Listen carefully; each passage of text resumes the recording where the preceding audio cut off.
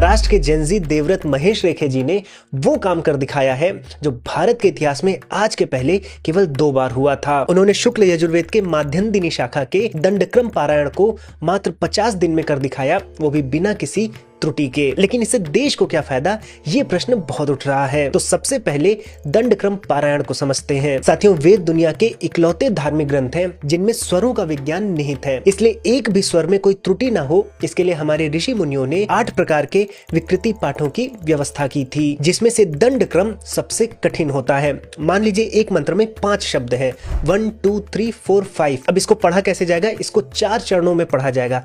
पहले चरण में 1 2 2 1 1 2, दूसरे चरण में 1 2 3 3 2 1 1 2 3, तीसरे चरण में 1 2 3 4 4 3 2 1 1 2 3 4, और फिर चौथे चरण में 1 2 3 4 5 5 4 3 2 1 1 2 3 4 5। और इसी क्रम में एक एक मंत्र को करते हुए 2000 मंत्रों को देवव्रत जी ने 50 दिन के भीतर भीतर बिना किसी त्रुटि के कर दिखाया। अब ये बड़ी बात क्यों है? मैंने चैट जीपीटी से यजुर्वेद के एक मंत्र का दंडक्रम बनवाया और ये पता करने का प्रयास किया कि एक मंत्र के दंडक्रम को बोलने में कितना समय लगेगा, और निकल के आया कि लगभग 20 से 25 मिनट लगेंगे। और अगर 2000 मंत्रों में एक मंत्र पर अगर हम 20 मिनट भी ले लें तो कम से कम आपको 55 दिन लगेंगे अगर आप प्रत्येक दिन 12 घंटे बिना रुके इन मंत्रों का दंडक्रम में पारायण करें। और देवव्रत जी ने मात्र 50 दिन में कर दिया। आज से 200 साल पहले महाराष्ट्र के ही श्री नारायण शास्त्री देव जी ने इसे 100 दिन में किया था। अब इसका फायदा क्या है?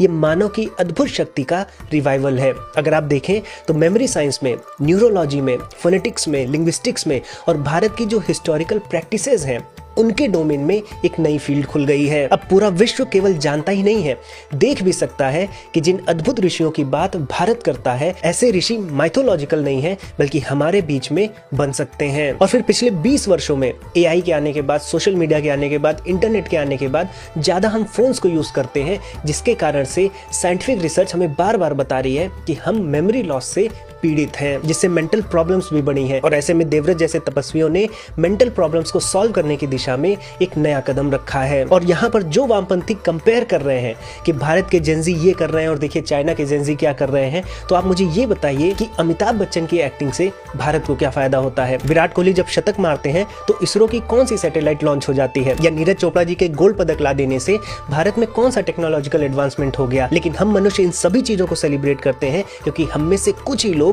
ये अद्भुत काम कर पाते हैं।